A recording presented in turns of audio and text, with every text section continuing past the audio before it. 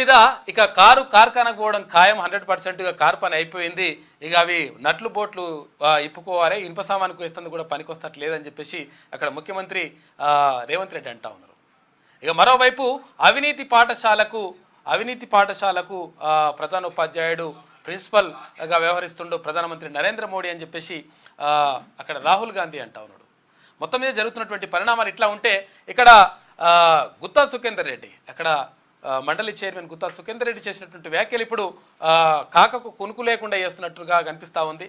ఎందుకనంటే వాళ్ళకు అహంకారం నెత్తికొక్కి తర్వాత చాలామంది మంత్రులు తర్వాత అక్కడ ఉన్నటువంటి అధికారంలో ఉన్నటువంటి నేతలు అహంకారం నెత్తికెక్కి ఇష్టం వచ్చినట్టుగా ప్రవర్తించి కనీసం నాకు మంత్రి పదవి ఇస్తాను మంత్రి పదవి ఇవ్వలేదు, తర్వాత కనీసం కలుద్దామంటే కూడా కలవలేదు, మొత్తం కూడా మోసం చేసిండు, మోసమే కేసీఆర్ నైజం అని చెప్పేసి అక్కడ గుత్తా సుఖేందర్ రెడ్డి గారు కూడా తీవ్రమైనటువంటి వ్యాఖ్యలు చేసిండు. పాపం ఆయనకు మంత్రి పదవి దక్కలేదు, కొడుకు ఎంపీ టికెట్ దక్కలేదు, అన్ని రకాలుగా పాపం అంత నష్టమే జరిగింది.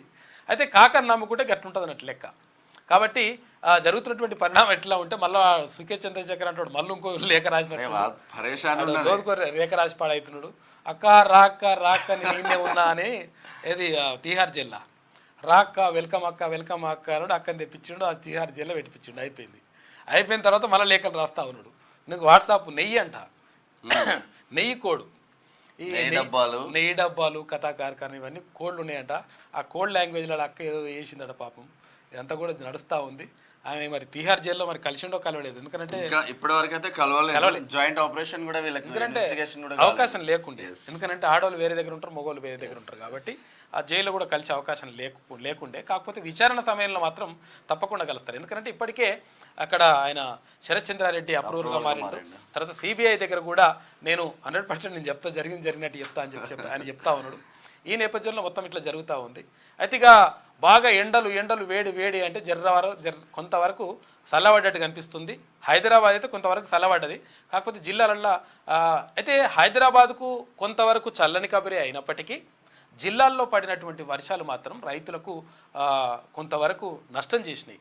ఎందుకంటే పంట చేతికొచ్చేటువంటి సమయంలో ఇప్పుడు వర్షం రావడం వల్ల వడగండ్లు పడడం వల్ల పంట కూడా రాలిపోయి తర్వాత కిందికి వాలిపోయేటువంటి పరిస్థితి ఏర్పడ్డది. చాలా చోట్ల వరిధాన్యం ఉన్నది, ఒడ్లున్నాయి, వాళ్ళు తడిసిపోతున్నాయి కాబట్టి వాళ్ళకి ఇబ్బంది అవుతూ ఉన్నది. కొనుగోలు సెంటర్లలో కూడా ఐకేపీ సెంటర్లు తొందరగా ప్రారంభించని చోట ప్రారంభించాలి.